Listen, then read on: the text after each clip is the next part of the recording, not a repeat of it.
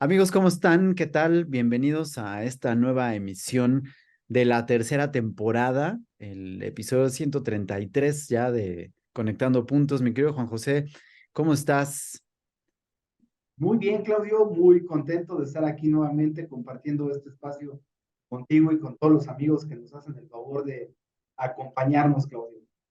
Me parece muy bien, mi querido Juanjo. Estamos aquí pues para platicar de lo que sucedió en esta semana, en lo que tú y yo y el resto de la gente sigue buscando la otra mitad del medio ambiente. Y Y pues viendo lo que está sucediendo en esta eh, realidad cuatrotera que nos tocó, que nos tocó vivir, ahora sí que nos tocó vivir. Entonces, pues aquí estamos, mi querido Juanjo.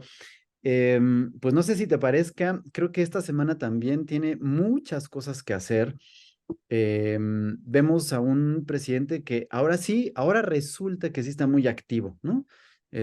No había hecho ni madres en 4 años y en este ratito que lleva, en los últimos 2 meses, se enferma, está a punto de morir, pero está súper activo porque inaugura, hace, mueve, cambia, este, saca nuevos programas y anda ahora sí, resulta que muy, muy activo, ¿no?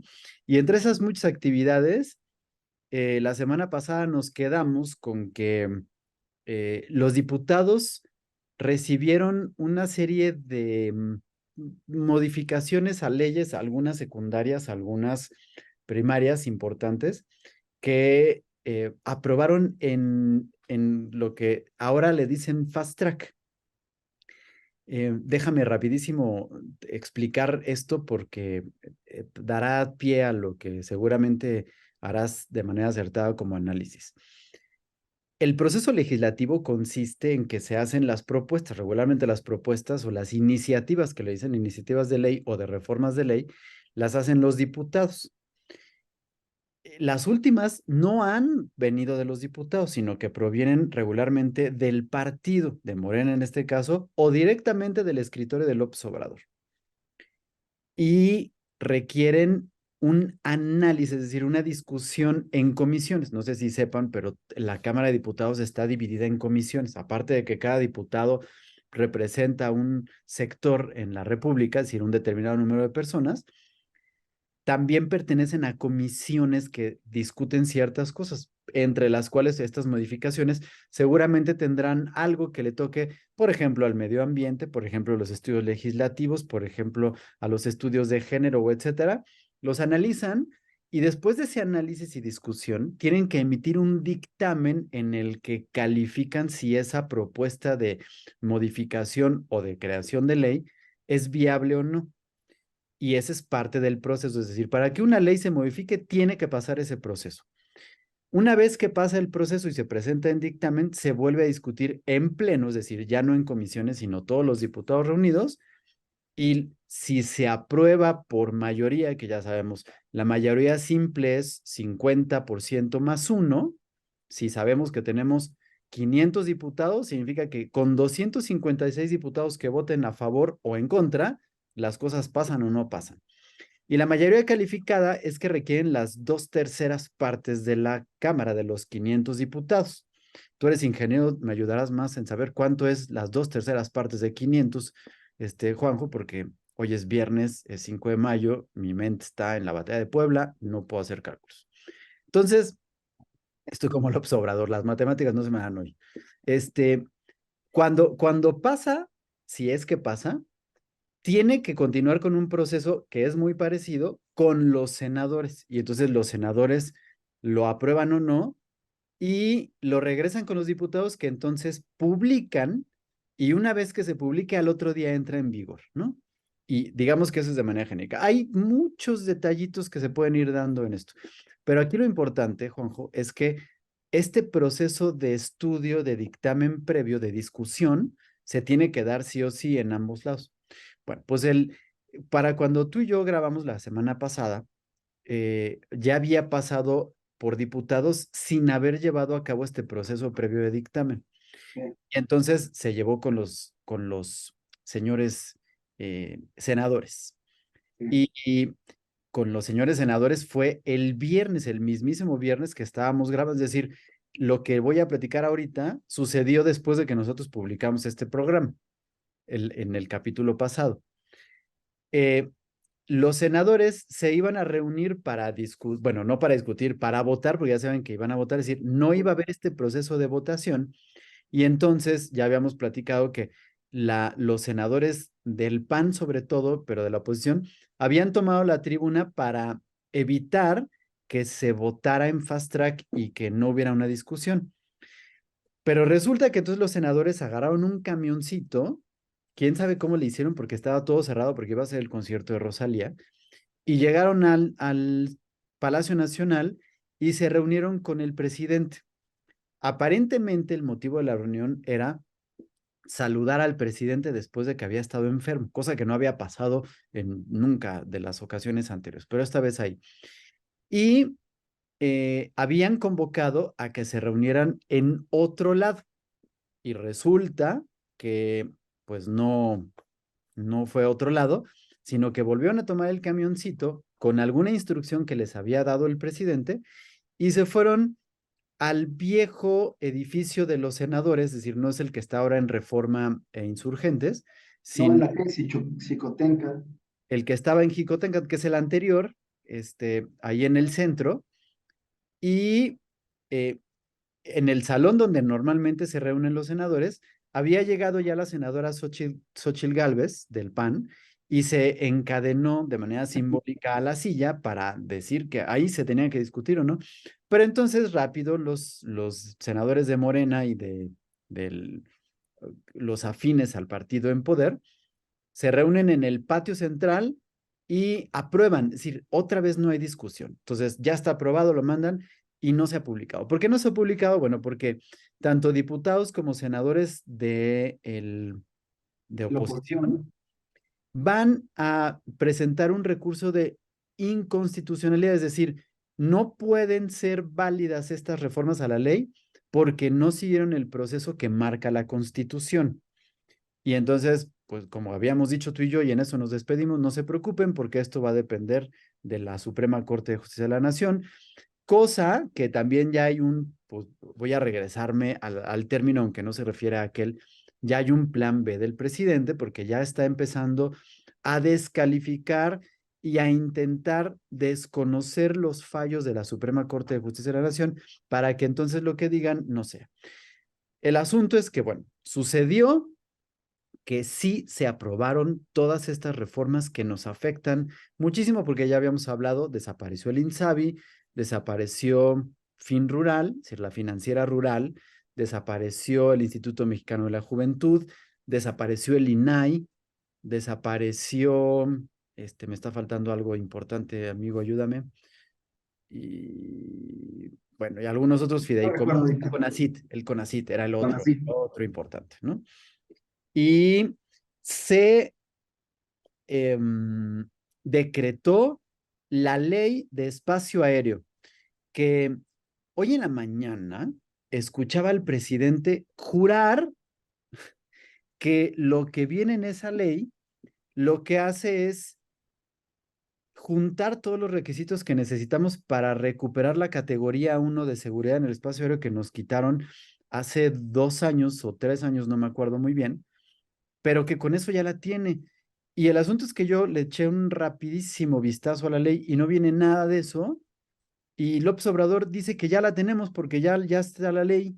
Y no es cierto porque entre muchas otras cosas no se han cumplido con los cambios que se requieren hacer en el Aeropuerto Internacional de la Ciudad de México y no hay requisitos todavía para que el Aeropuerto Internacional Felipe Ángeles tenga vuelos internacionales y por tanto no podemos tener esa categoría 1. Entonces, pero el presidente jura que ya está, ¿no?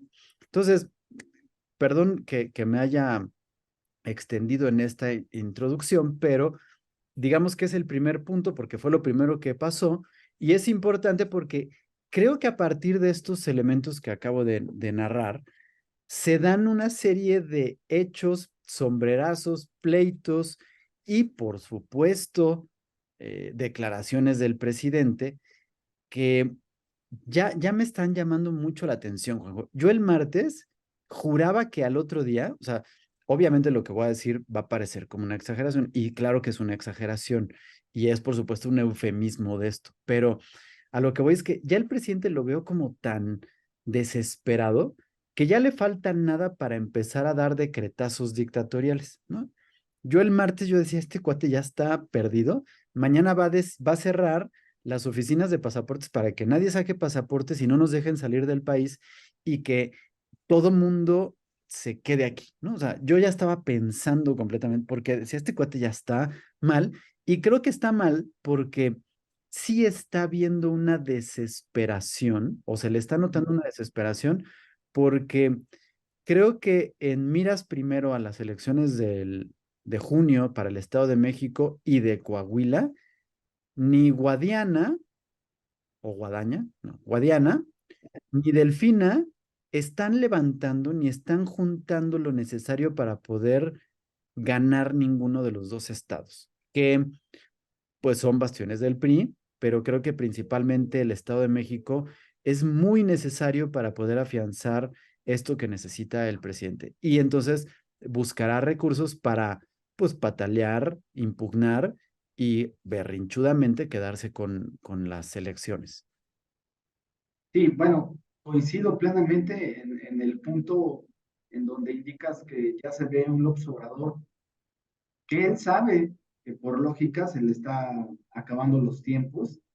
Digamos que su proceso ya es descendente en cuestión al poder y estamos en la última etapa en donde él podría, y creo yo que detrás de eso hay el elemento suficiente para suponer que por eso se hicieron las aprobaciones y votaciones en fast track de ese paquete de 17 reformas que comentas. Porque él está consciente de que la única manera que todavía puede él manosear la política mexicana es ensuciándola y es lo que le ha resultado desde que inició su carrera política. O sea, él básicamente no es un reformador, es una persona que conoce bien la cultura, la idiosincrasia de la clase baja de México, que en esa base se enquistó y supo transmitir y que se le vea como una dogma de fe a él. Y el problema aquí es que, es que el poder que él tiene en este momento, porque el país realmente ya lo domina básicamente él, queramos decirlo, ¿no? Es, es que todos los poderes al lado de él, todavía hasta en este momento, no pueden hacer nada, porque saben que es un tipo rencoroso, pero regresando al tema de la reunión de la sede alterna donde se reunieron pues, los senadores de Morena, es algo como irreal. Se reúnen con el presidente en Palacio Nacional y afuera un concierto masivo promocionando a una de sus candidatas y, y que tú como mexicano no te des cuenta que el aprobar 17 reformas en menos de 2, 3 horas, donde de palabra de ellos mismos indiquen que discutieron, aprobaron y votaron en 10 minutos 17 reformas, pues tú como mexicano te deberías de poner a pensar que cualquier persona, qué capacidad tendría para leer artículos, discernirlos, opinarlos y aprobarlos. Pues es obvio que esa fue una instrucción de López Obrador. Lo que habríamos de preguntarnos es qué hay detrás de esas reformas y qué hay detrás de lo que sucedió en esta reunión que se dio en Palacio Nacional. Pues muy sencillo. O sea, es cargarle la mano, meter minas dentro de la Suprema Corte de Justicia. ¿Por qué? porque con eso automáticamente envías la presión a la Suprema Corte y entonces sí te da pie a que si no aprueban esas reformas, irnos por el camino que nos ha dado mucho resultado, amigo, que es no le interesa al pueblo, van contra los intereses de la nación, siguen dependiendo de poderes fácticos, la influencia de los neoliberales está ahí. Y te voy a poner por qué yo creo eso. A raíz de que cambiaron la presidenta consejera del INE, ¿has escuchado algo contra el INE, Claudio? De, Pues de, yo lo único que me he enterado del INE fue en una plática que dio Lorenzo Córdoba el día de ayer en la Ibero de la ciudad de Puebla, la- donde un profesor, utilizando el mismo diálogo de López Obrador, se pone a discutir con otra profesora, punto y aparte. Pero de ahí afuera, yo no he escuchado ya nada del INE. El INE ya se convirtió en un organismo puro, bien, ya la presidenta consejera se bajó el sueldo abajo de Ana, el presidente. Entonces, como ciudadanos, en lo que tenemos que estar pendientes, ¿qué hay detrás de eso? Porque López Obrador, si en algo se sabe mover, es en la política. Y coincido contigo para dar pie a siguientes temas. Coincido contigo, realmente el presidente en ese olfato político que tiene como animal político, sabe que ya está en los últimos meses donde él directamente puede influir en la política. ¿Por qué, Claudio? Porque, como bien dices, después de esta reunión, coincidentemente, Claudio, vimos a un Ricardo Monreal que en 2 años, en teoría, se había mantenido al margen y que de hecho llegamos a comentar en este espacio, se reunió con Santiago Krill para dar un mensaje y en ese momento nosotros dijimos, ah, caray, ¿te imaginas a Monreal con todo lo que conoce de Morena y de López Obrador en la oposición? Y también en ese programa, pues pusimos en duda qué tan real o no era este manejo. Yo creo que también en esta semana quedó totalmente claro que Monreal sigue los intereses del presidencialismo, sigue los intereses del poder. Hay otros intereses que hacen que pues tenga que ceder. Y yo dudo mucho, Claudio, en función de esto podemos generar muchísimas especulaciones en los siguientes temas que tengamos, pero pues Monreal no deja de ser Monreal, se mueve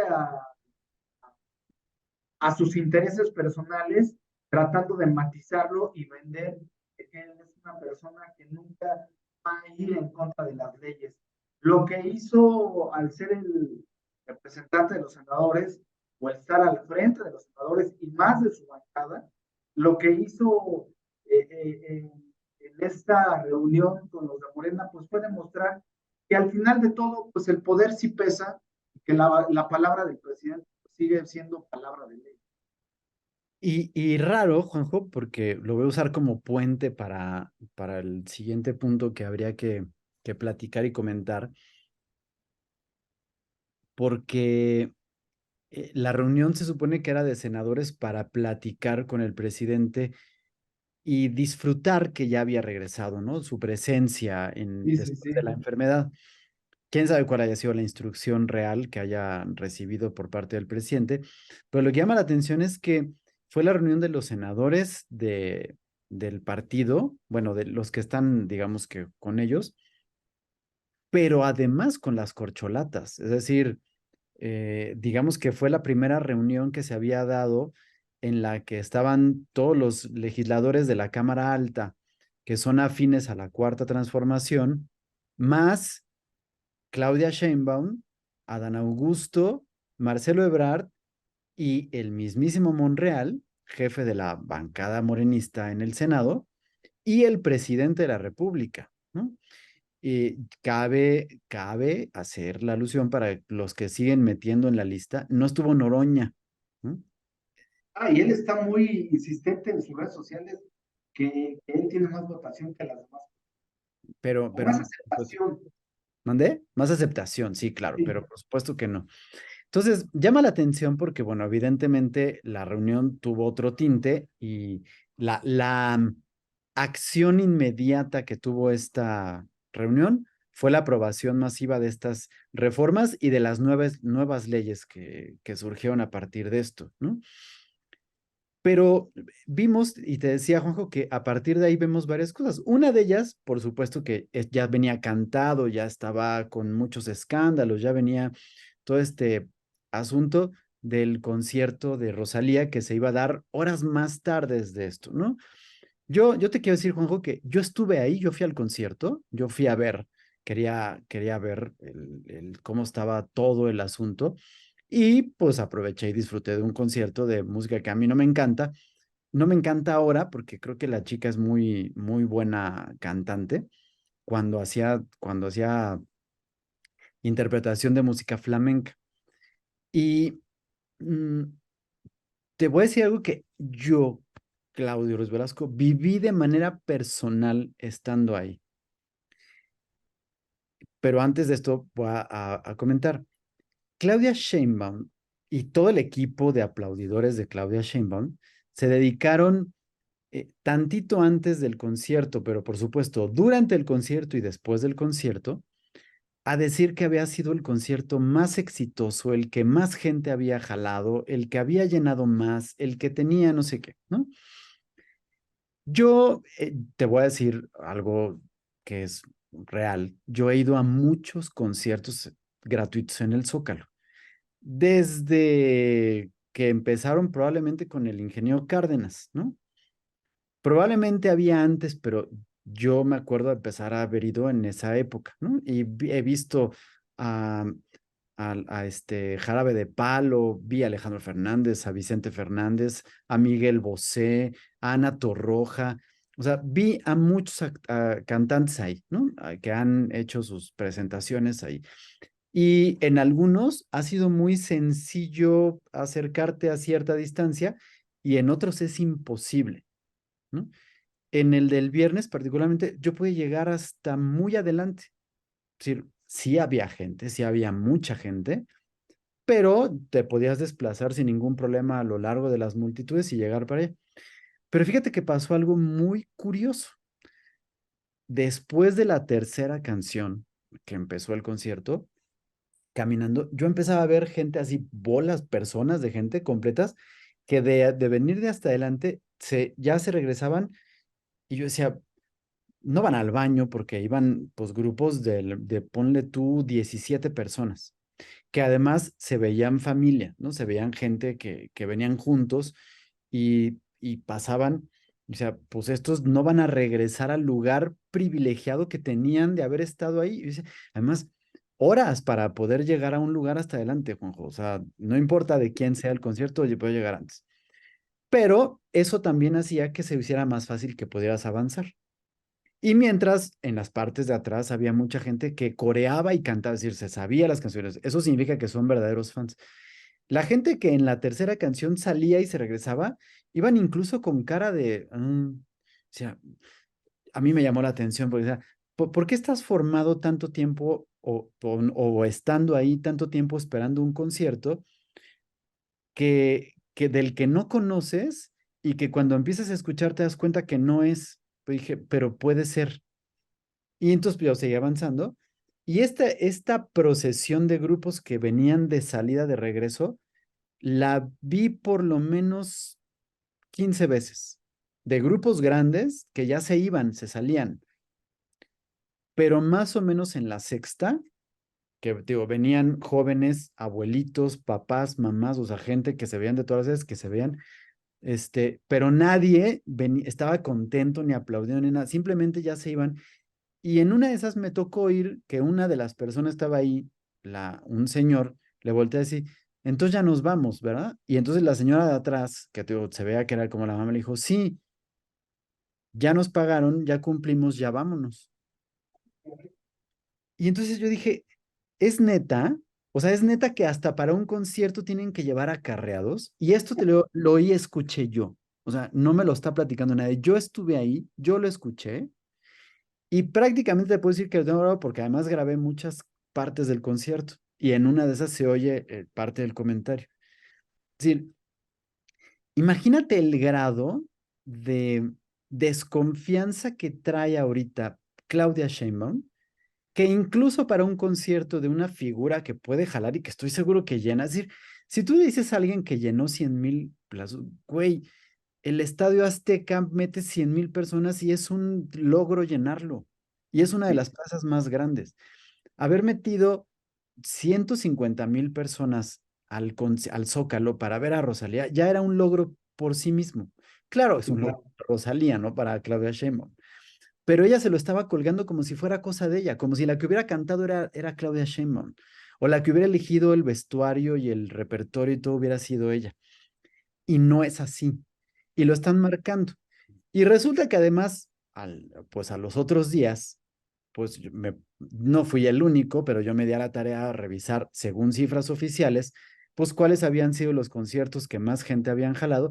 Y resulta que Rosalía ni siquiera llegaba al top 10, ¿no? Es decir, hay todavía otros artistas que sí habían llenado. En primer lugar, hay uno que no está en el Zócalo y no vale, ¿no? Lo tenemos que recordar porque está en 1981 Rigo Tobar con 500,000 personas llenando, pero el Río de Santa Catarina en Monterrey, Nuevo León. Por eso no vale, porque no puede estar ahí, ¿no? O sea, definitivamente. Pero en el Zócalo, antes que Rosalía, y lo estoy diciendo porque Claudia Sheinbaum se paraba llenándose la boca diciendo que era el concierto que más gente había llenado, que por supuesto que no. Antes Bronco había llenado más, antes Vicente Fernández había llenado más, Justin Bieber había llenado más y Shakira había llenado más. O sea, para que te des idea del asunto demagógico con el que están manejando incluso esto. Y claro que por supuesto antes Poncho Gutiérrez, Freddy, no sé qué, el otro, Naredo, Vicente Serrano y todos estos señores están diciendo que, que además, Juanjo, en algún punto tenemos que analizar los tweets que están mandando porque Sí, están llenos de falacias y de contradicciones y de cosas que por supuesto van a llegar a un punto en el que se van a caer por sí solos. En los que estaban alegando es que la oposición no quiere que los jóvenes se diviertan, es que sí, reprimir. Cuando que no se les olvide que mucha gente de la que ahora está en la oposición fueron los que promovieron e iniciaron estos conciertos y lo están poniendo como si gracias a Claudia Sheinbaum tuviéramos por primera vez en la historia conciertos gratuitos en el Zócalo, ¿no? sí, Y que además eso es un balazo en el pie porque incluso en el gobierno de López Obrador, como jefe de gobierno de la Ciudad de México, se llevaron a cabo muchos conciertos, de los cuales fueron incluso más exitosos que los que organiza Claudia Sheinbaum. Pero no es por Claudia Sheinbaum, no es por el artista, es por el artista y por la situación económica, cultural, política del país, ¿no? Y en ese momento, López Obrador, que no sé si los haya traído él, pero López Obrador trajo a muchos más artistas porque había conciertos cada 15 días, no sé si te acuerdas, pero sí, cada 15 días había un concierto gratuito en el Zócalo, los sábados. Hoy, en este gobierno de Claudia Sheinbaum, pues con trabajo estamos teniendo uno cada mes, pero no se han juntado ni siquiera cada mes, ¿no? Entonces, pero lo están manejando de manera demagógica y esta parte electoral no le está funcionando a Claudia Sheinbaum, porque ya empiezas a ver, sobre todo cuando ayer empiezan a circular unos videitos donde aparentemente se rumora que Marcelo Ebrard se sale de Morena y se va con Monreal, que estuvieron juntos ahí como corcholatas en esta reunión, se van a Movimiento Ciudadano y encabezan una propuesta en la que Ebrard es candidato a la presidencia de la República y Monreal candidato al gobierno de la Ciudad de México, que hoy desmiente Monreal diciendo que no, que antes de él prefiere ser cualquier cosa, incluso nada, antes de traicionar a López Obrador, pero está teniendo. Y entonces, pues digo, a ver, después del espaldarazo a Claudia Sheinbaum, después del espaldarazo a Ebrard en otras gestiones, y después del espaldarazo Adán Augusto en la mañanera mientras él estaba muerto, pues ¿qué pasa entonces? Es decir, ¿a dónde va esta parte electoral que cada vez más parece sin rumbo? Ojo, ya nos dimos cuenta que este es capaz de morirse y darse por muerto y aparecer en el féretro antes de aceptar cualquier cosa. Entonces, esto puede ser también una estrategia para sacar, pero otra vez yo estoy insistiendo, qué casualidad que incluso esta semana, el martes, aparecen ahora sí ataques directos en contra de Andrés Manuel Jr., quien yo sigo insistiendo, se perfila para quedarse en lugar de las cuatro corcholatas. Pues espero que no se nos haya olvidado que tenemos una comida pendiente, amigo. Sí. Que también yo creo que con lo que pasó en la semana, descartemos a Andy ya de ser el próximo candidato, por lo menos en este periodo. Respondiendo y tomando en cuenta los comentarios, Claudio, creo que como inicié, o sea, López Obrador sabe que ya falta muy poco para que la atención se base exclusivamente ya a quiénes o qué partido va a participar en la sucesión presidencial. Tomando en cuenta esto, Claudio, sí, yo también vi artículos y notas en donde se generan muchísimas suspicacias alrededor de Marcelo Ebrard, que yo no puedo descartar ninguna, porque pues, sabemos tú y yo y que nos acompaña, que la política, pues realmente lo que sabemos como ciudadanos es muy poco y lo que se mueve detrás es muchísimo. Lo que sí yo creo, Claudio, y eso es mi punto de vista, es que todo esto lo vamos a empezar a ver después de las elecciones del Estado de México. Y yo creo, pongo estas hipótesis del por qué creo. Si llegara a ganar Delfina Gómez, creo que el poder todavía lo tendría López Obrador, por lo que conlleva la cantidad de votantes del Estado de México y lo que conlleva en el estado anímico de la nación. Pero también creo que si llega a perder Delfina Gómez o Morena en el Estado de México, entonces sí vamos a empezar a ver la estrategia de cada quien. Y te lo comento porque después de esta reunión es significativo y nada coincidente que renuncia a la secretaria, o de alguna manera la mano derecha de Marcelo Ebrard, a la Secretaría de Relaciones Exteriores. Y de misma voz externando ella que se quiere meter de lleno, apoyarlo en la candidatura. Y también coincide con que tanto Marcelo Ebrard como Ricardo Monreal eh, han declarado abiertamente que ellos lo que buscan son reglas claras y fechas exactas de cómo va a ser la elección del candidato de Morena. Y me llama mucho la atención porque ayer sale Mario Delgado con Pepe Cárdenas con un discurso totalmente contrario a lo que piden ellos. La pregunta expresa de Pepe Cárdenas le dice, oye, ¿y cómo van a ser las reglas que están pidiendo pues, Marcelo Ebrard y que también ya en su momento Ricardo Monreal preguntó lo mismo y él contesta, bueno, ahorita estamos concentrándonos en función de apoyar a Delfina. Y se supone que quedan 4 semanas para que Delfina, bueno, 4 semanas para la selección del Estado de México. Entonces, ya confirmaron asistencia a Claudia Sheinbaum, Adán Augusto y Ricardo Monreal para cada fin de semana del que resta ir a apoyar en diferentes mítines a Delfina. El único que no ha confirmado y que no ha tenido respuesta, palabras de Mario Delgado, pues es Marcelo Ebrard. ¿Qué quiero yo pensar con esto, Claudio? Pues sí, yo sí creo que Marcelo Ebrard ahorita está poniendo sus huevos en varias canastas y yo sí creo que si Morena no llega a ganar el Estado de México, eh, Marcelo Ebrard se va a desligar poco a poco. Ahora, ¿qué ¿Qué pro y qué contra veo? Pues el pro es de que de alguna manera empezaría a fracturar a Morena. El contra es de que saliéndose Marcelo Ebrard y llevándose a Monreal con lo que nosotros como ciudadanos nos dimos cuenta de cómo actuó Monreal, pues sería como que una carga negativa o un negativo dentro de lo que él quiere transmitir, pero eso ya hay en las especulaciones. Regresando al tema, yo creo que Marcelo Ebrard, lo único que pudiera detenerlo es lo que coloquialmente hablamos, que para tener la boca grande hay que tener la cola chica, y por desgracia la política mexicana lo que abundan es que la mayoría tiene una cola muy grande, entonces lo único que podría frenar a Ebrard sería la amenaza y el chantaje de, de López Obrador, pero también se me hace Marcelo Ebrard muy inteligente como para saber que López Obrador también ya va de salida. Y pues también no dejemos a un lado, Claudio, que sí estamos entrando en temas electorales, pero que también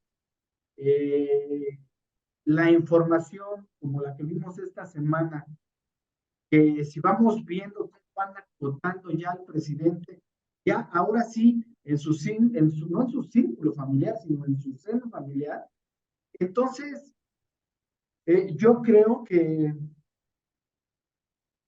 sí hay ese temor latente del observador de que se le puede salir de las manos el poder él poner y dejar bien apuntalado al que pudiera ser su sucesor, que no es menos preocupante el que el observador sepa que si no deja a alguien que él pueda seguir manipulando o influyendo en él, sí está en riesgo el que en el próximo sexenio, si queda alguien de la oposición, sí pudiera estar en riesgo pues sus libertades de él y de todo lo que le rodea, porque ya entramos ya a la última fase del programa, eh, no es para menos lo que está sucediendo en su entorno.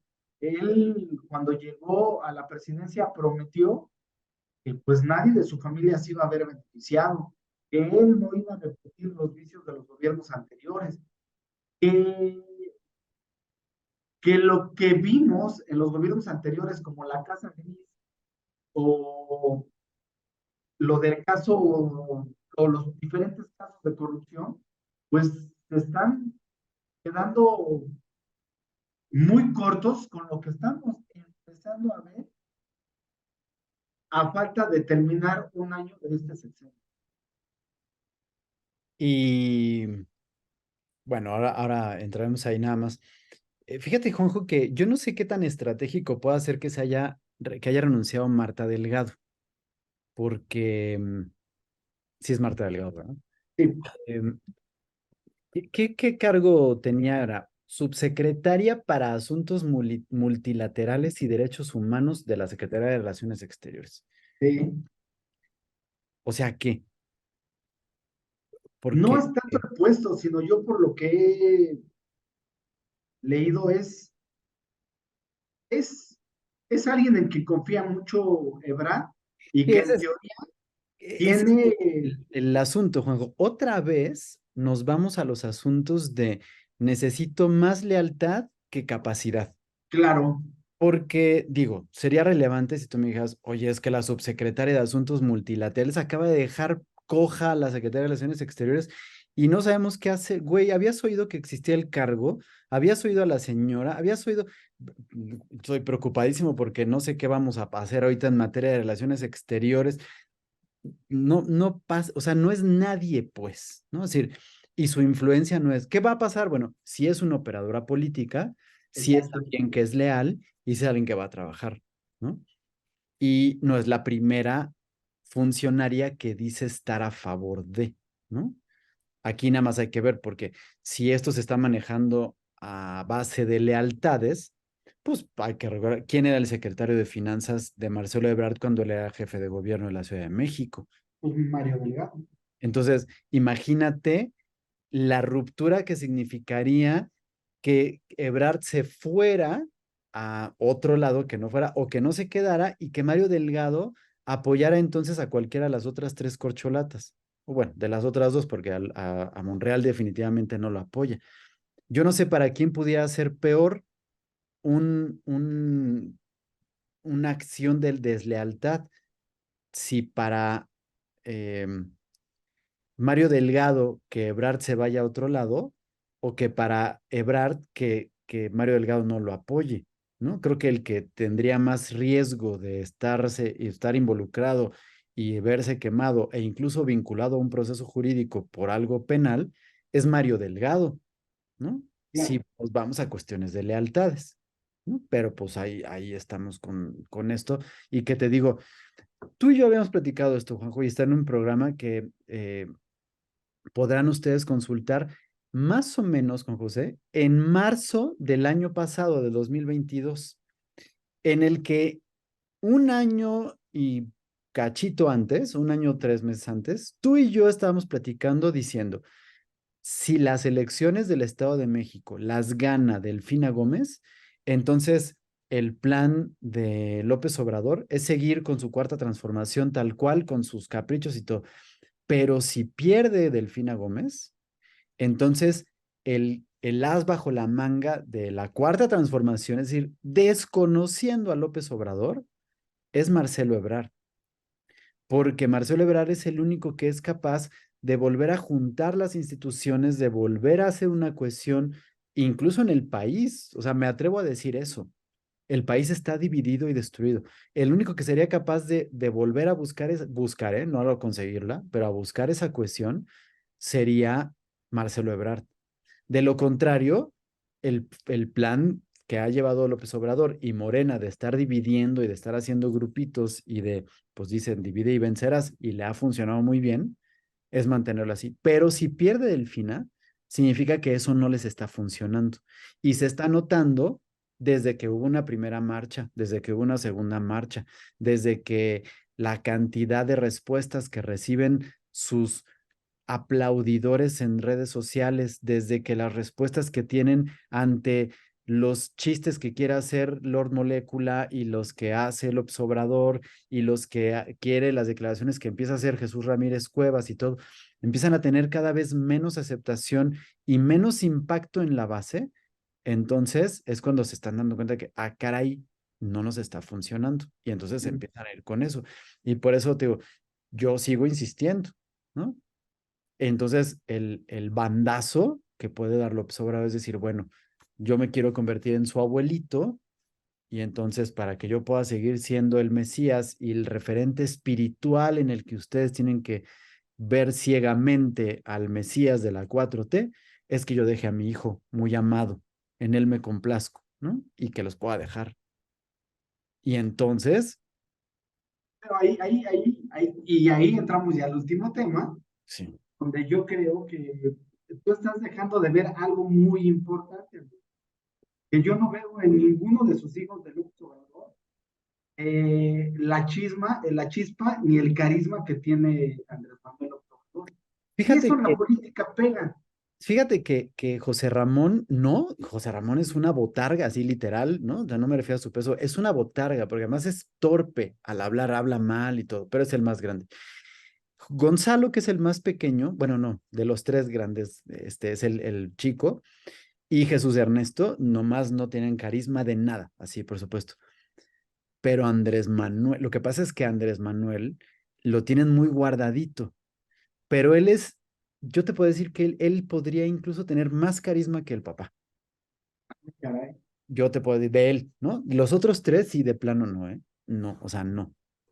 Claro, habrá que esperar un poquito a que Jesús Ernesto crezca, porque ahorita está en la edad en la que los hombres, sobre todo los hombres, el género masculino, somos unos zancudos, ¿no? Somos tontos. Y él está en esa etapa ahorita, y por supuesto, pues no tiene ni edad ni nada para involucrarse ni saber nada. Pero de los tres, yo creo que Andrés Manuel sí tiene eso, ¿eh? Pues sí, pero el punto aquí es de que, o seguramente la oposición sabe que él sí puede ser una opción muy viable de la continuidad del Obrador, sea porque en esta semana, Claudio, básicamente el portal de Latinos, en el noticiero de encabeza Loret de Mola, pues sabemos que exactamente Andrés Manuel López Beltrán da contratos de hasta 100 millones de pesos a amigos muy cercanos y que ayudó directamente a que el gobierno se los diera. Mira, probablemente podamos decir que sí es un ataque directo, es propagandista para la oposición. El hecho que llama mucho la atención es que el presidente el día de ayer no niega estas acciones, no niega la información y se basa en desviarla de una manera que para mí eh, es absurda, pero es muy efectiva para López Obrador. Él sale con lo mismo, que sus hijos son honestos, que sus hijos son buenas personas, que ellos no tienen nada que ver, que además son amigos, o sea, son amigos, amigos, hice amigos de vecinos, de no sé qué. El punto aquí es de que está en contra de lo que él mismo expresó en el inicio de su mandato, donde deja atrás que iba a combatir la corrupción, el nepotismo, el amiguismo, la transparencia de la información. Entonces, cuando tú ves este tipo de situaciones, Claudio, pues el presidente sí tiene esa capacidad de que se le resbalen este tipo de situaciones, Ah, sí. pero, pero queda ahí, o sea, el punto es que queda ahí, que quien está dando la cara es el presidente, no Andrés Manuel López Beltrán. Y ahí es donde yo veo la dificultad de que ya podamos empezar a tomar en cuenta a Andy. Bueno, La verdad, no lo descarto, ¿no? Porque si algo tiene este presidente es que es muy hábil. El punto aquí es de que este tipo de situaciones, Claudio, sí distraen al presidente, sí le roban la agenda y sí le quitan la narrativa. Eso es lo interesante. Y por ahí es donde yo creo que tanto la oposición está desaprovechando esta oportunidad, porque como paréntesis, Claudio, tú y yo hemos venido hablando de las corcholatas, pues, ¿qué te gusta? De 3, 4, 6 meses atrás. El problema es que no puedes hablar de la oposición. En la oposición hubo un evento organizado Va por México o algo así, en donde presentan a 15 posibles opositores.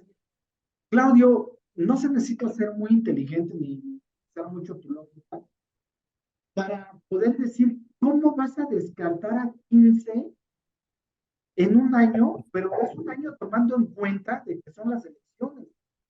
¿Qué tiempo le vas a dar para que él se posicione, empiece a hacer campaña, salga al exterior? O sea, se está comiendo el mandado y nosotros como ciudadanos vamos muy adelante. De hecho, ahorita en este instante ya se está organizando una marcha para defender al, al INAE y para defender a la ministra Piña para el 28 de mayo. O sea, estamos muy atrás de lo que está haciendo López Obrador, pero ¿por qué como ciudadanos no tenemos la capacidad de crítica? Bueno, creo que muchos de los que nos acompañan, de los amigos que nos acompañan, sí la tienen, pero es cuando te quedas en el por qué muchos que creen ciegamente en López Obrador no tienen la capacidad de distinguir en lo que está alrededor del presidente es exactamente lo que él prometió luchar. Por un lado, por el otro, nos enteramos también, Claudio, que en esta semana, pues, el otro hijo de Andrés Manuel López Obrador, pues, hay otra casa gris. Ahora esa casa gris está en Coyoacán y es una casa que se las está rentando, prestando, qué sé yo, la asistente de la directora de La Jornada. La Jornada es un periódico que es contratista del gobierno actual. La pregunta es, ¿qué diferencia hay de esta situación a la Casa Blanca, donde el Grupo IGA era contratista de Enrique Peña Nieto y le vendió la casa a la esposa del presidente Enrique Peña Nieto. Por un lado, fuimos totalmente incisivos con el caso, pues no sé si de corrupción, de nepotismo, como estamos llamando, del Grupo IGA. ¿Por qué en estas situaciones no hay el impacto que debería de haber en la imagen de López Obrador? Donde sí creo que hay impacto es en la intención de voto de aquellos que son indecisos. Ahí sí creo que ese tipo de noticias puede pegarle a López Obrador y es donde coincido con lo que tú iniciaste, Claudio, de que yo sí veo a un López Obrador preocupado de que si no queda alguien de su confianza que lo pueda proteger en el siguiente sexenio, entonces sí se metería en problemas él por todo lo que ha ocasionado, como para terminar. Coincidentemente, después de estos dos escándalos, que uno lo saca mexicanos en contra de la corrupción, y en otro lo saca latinos, documentados ambos, porque aquí el trabajo del periodismo es informar, no ser juez y parte. Al otro día, López Obrador nos sale con que la vacuna patria ya está en fase final, ya está solamente que apruebe el COFEPRIS. Lo irónico de esto, Claudio, es que el día de hoy la ONU declara el fin de la pandemia. Entonces, cuando tú te das cuenta de que ese tipo de noticias son distractores, ya nomás le faltó decir, bueno, y Loret ya lo anda retando a que muestren sus bienes cada quien y a ver quién tiene más. Esa no es una postura de un presidente, Claudio. No, y además sigue insistiendo en que Loret tiene dinero porque recibe recursos públicos, igual que Claudio X González, lo cual es De Estados Unidos, aparte. completamente falso. Y que hay que hablar de esa cosa que le mandó incluso López Obrador una carta a Joe Biden esta semana, o bueno, dijo que se le iba a mandar.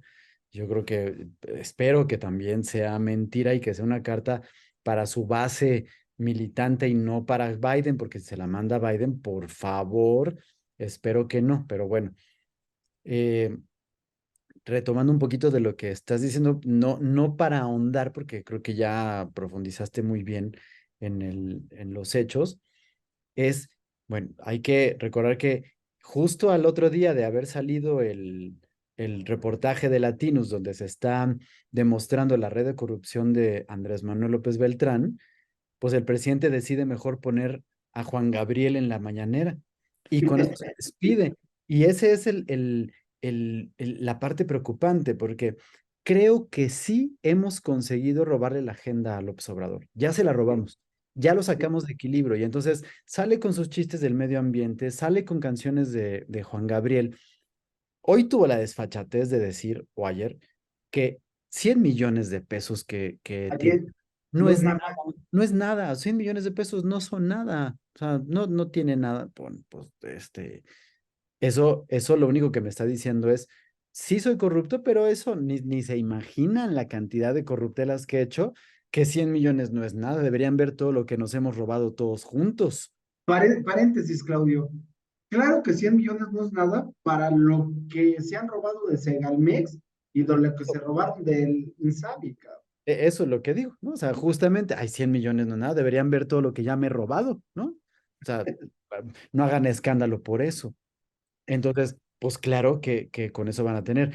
Y sí, hemos estado, yo creo que sigo insistiendo en que el asunto con la oposición es que no quieren exponer a nadie. Ya vimos ahorita que a Santiago Taboada, que es el delegado de la alcaldía Benito Juárez en la Ciudad de México, lo están acusando de secuestro, crimen organizado y asesinato, de dos asesinatos, porque es la persona que está más adelantada en las encuestas para ser Sí. el candidato al gobierno de la Ciudad de México y por supuesto arrebatarle a Morena esto. ¿Quién está perfilándose para ser el candidato de Morena a la Ciudad de México? Si se queda Claudia Sheinbaum, Rosa Isela o Harfush. Qué casualidad que los dos tienen injerencia con asuntos fiscales, de la fiscalía, pero no fiscales. Entonces, pues claro que meterlo con esto es meter el terror y atacarlo, ¿no? Por eso ahorita la oposición está tratando de no mostrar a nadie que pudiera exponerse a que lo ataquen, ¿no? A que pase lo que está pasando en Nicaragua, que a los que se muestran opositores los meten a la cárcel porque les fabrican delitos, porque les encuentran, porque seguramente habrá algo que les puedan encontrar que sí sea real y que los puedan sacar. Por eso Marco Cortés, pues a lo mejor ayer andaba disfrazado de piloto de Star Wars, ¿no? Y andan más preocupados en otras babosadas que en realmente ir generando una plataforma para ello. Pues están esperando y pues sacar todo al chilazo como acostumbran a hacer todo aquí en México, porque pues de todos modos, digamos que de lo malo, lo menos peor es lo que va a competir contra esta amenaza de continuar la cuarta transformación. Entonces, pues habría que ver esto.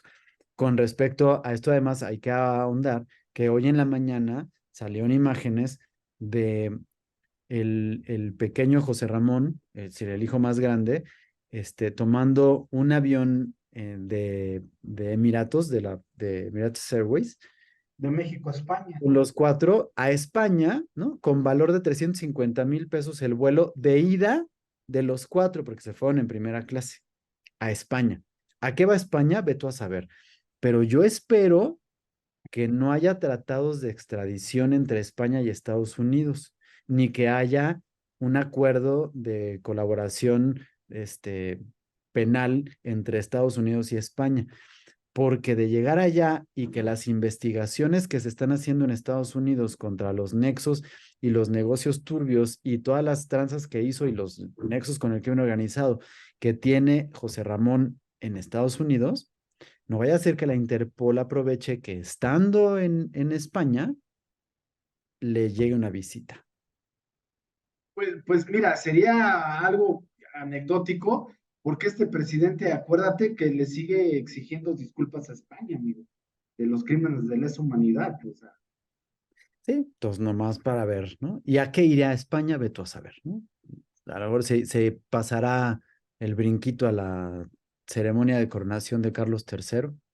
mira, no sé, pero regresando a lo de la oposición, Claudio, espero que no quieran seguir la ruta que siguió Estados Unidos en las elecciones de Biden y de Donald Trump, donde apelaron a lo que Richard Nixon en su momento bautizó como las masas silenciosas, ¿no?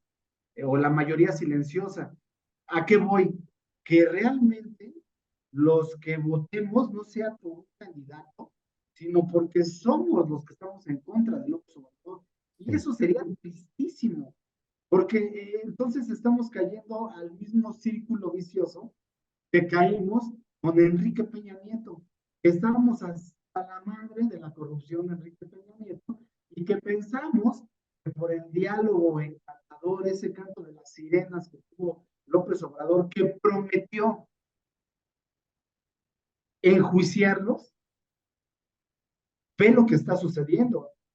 El peor escenario es que quedara un tipo como Adán, pero el menos peor sería que votáramos todos en contra de quien fuera el candidato López Obrador sin saber el candidato que tenemos, de dónde es, de qué viene, qué logros ha tenido. Y yo para terminar mi participación, Claudio, algo que fue muy triste, lo he comentado en mis redes sociales, es, mmm, yo no quiero a alguien como López Obrador de oposición, pero sí quiero a alguien que despierte las emociones del ciudadano y despertar las emociones del ciudadano no es salir, me gustó tu término de dar gritos y sombrerazos, no, es en base a hechos, en base a datos, en base a la realidad, conectar, ser empático con la ciudadanía y ahí sí armar una plataforma ciudadana.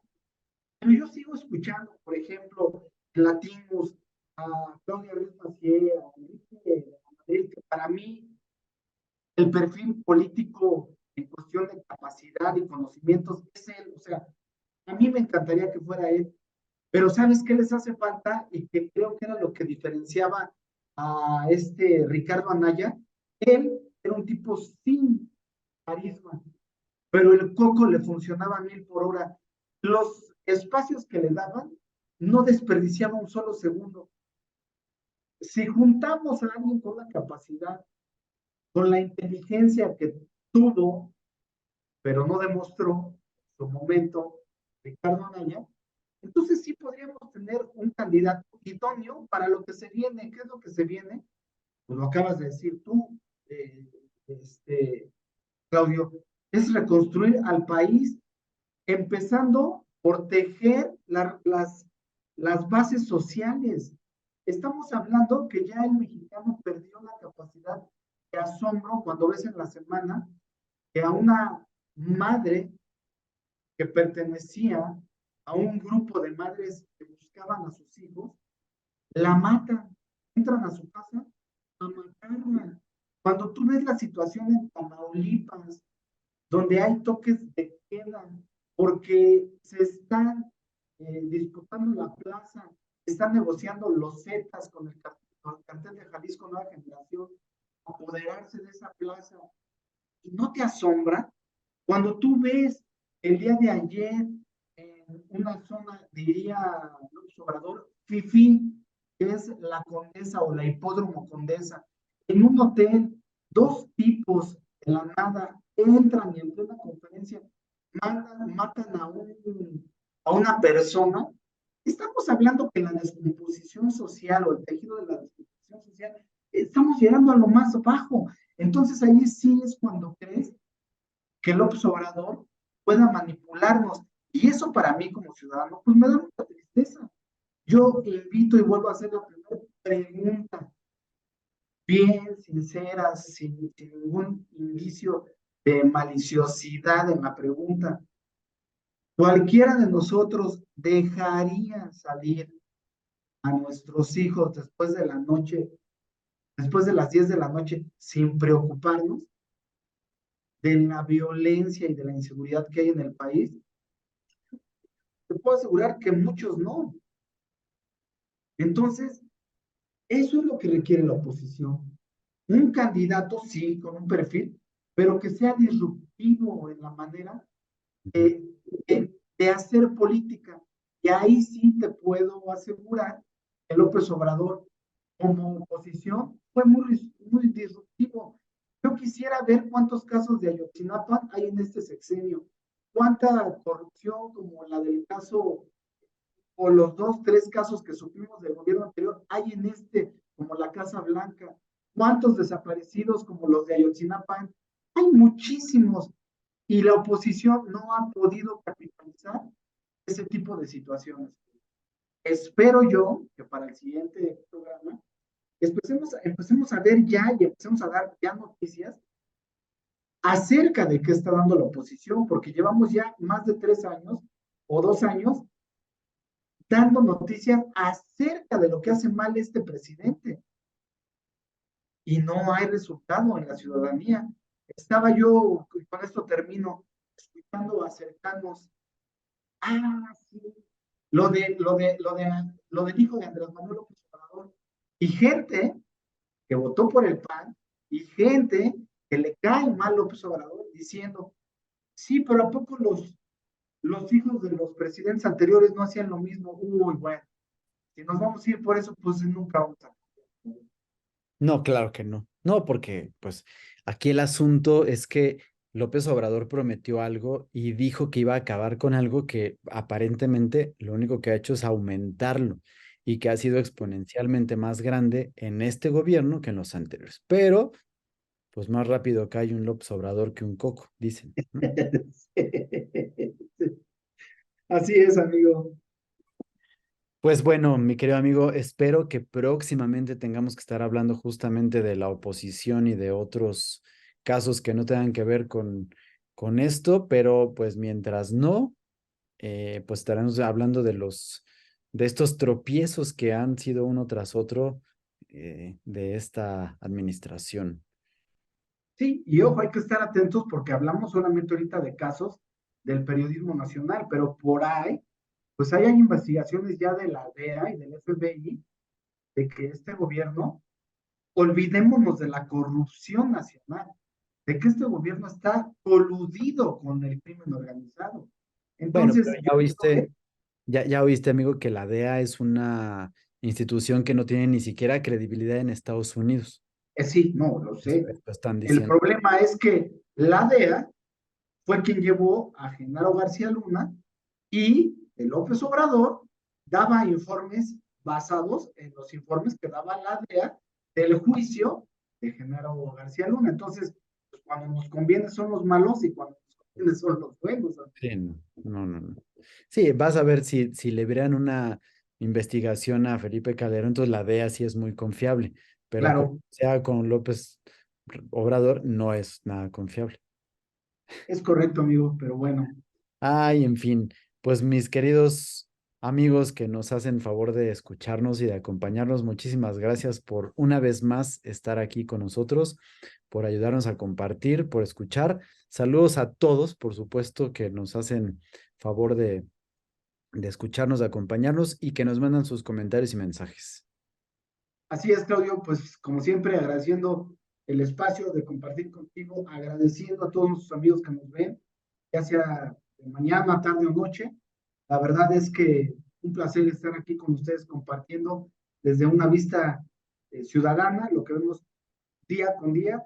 Y como siempre, nuestra intención, Claudio, es no que se queden con nuestras ideas, al contrario, que si nuestras ideas ayuden a que ellos empiecen a involucrarse con la política y que ellos mismos saquen las conclusiones en función de lo que viven día con día de la situación del país y en función de esto sepamos que tenemos el poder, el derecho para poderle exigir a los que nos gobiernan estar mejor, que nos dejen trabajar nada más, Claudio, Eso y que es, nos den condiciones para.